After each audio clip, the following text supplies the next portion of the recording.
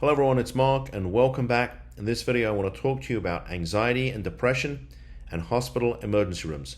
So in our practice we see a lot of cases where people have ended up in emergency rooms. They've been suffering from anxiety and depression. Perhaps they went there voluntarily, perhaps they were taken there by the police, perhaps a family member took them there.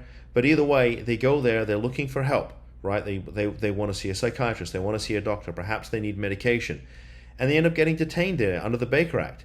And the question that was posed to me was, well, if I have anxiety and depression, I go to the emergency room, am I going to get Baker Acted?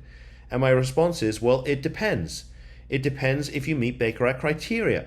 Baker Act criteria mean that you're suffering from a mental illness, and as a result, you pose an immediate danger to yourself or somebody else. And if you don't meet criteria, you shouldn't be detained. But as you know from seeing some of my other videos, the Baker Act, unfortunately, can be abused. Not by all emergency rooms, not by all Baker Act facilities, not by all police officers, but sometimes, either unintentionally or intentionally, mistakes get made and people get detained. So yeah, if you go to the hospital and you have issues of anxiety and depression, as a lot of us do, yeah, you can get Baker Acted. If somebody asks you if you've thought about hurting yourself and you say yes, in all likelihood, you're going to get detained. Those are some of the magic words that these folks look for, especially the facilities that like to abuse the Baker Act because they see it as a cash cow and a way to make money from people who have health insurance. Now, the simple fact is just because you've had that thought doesn't mean to say that you meet criteria. Now, obviously, if you're sitting there in an emergency room and you're telling a nurse or a doctor that you want to die and you're planning on killing yourself and this is how you're going to do it, yeah, you're probably going to get detained. You probably should be detained.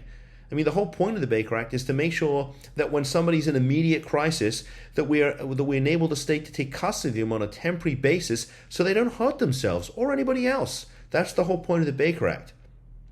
But if you are in need of assistance and it's not an emergency and you're not planning to take planning to hurt yourself, God forbid, or even take your own life, then one of the great resources is NAMI, the National Alliance on Mental Illness, NAMI.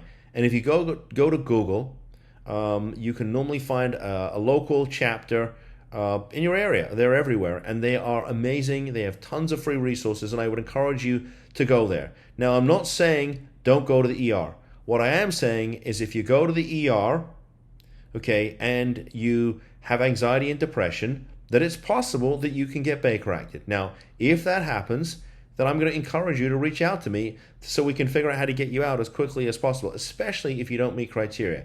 Now, if you do meet criteria, that doesn't mean to say it's game, set, and match to the state and you lose and you get stuck there for as long as they decide to keep you.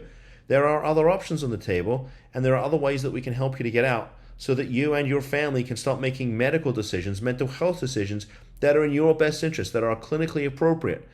And there are ones that you want to make, that your family wants to make for you, not ones that a Baker Act facility has decided suits them. Okay, so if that happens, feel free to reach out to us. My phone's on to 24/7 and we're here to help. So with that said, thanks for tuning in. See you in the next video. Bye-bye.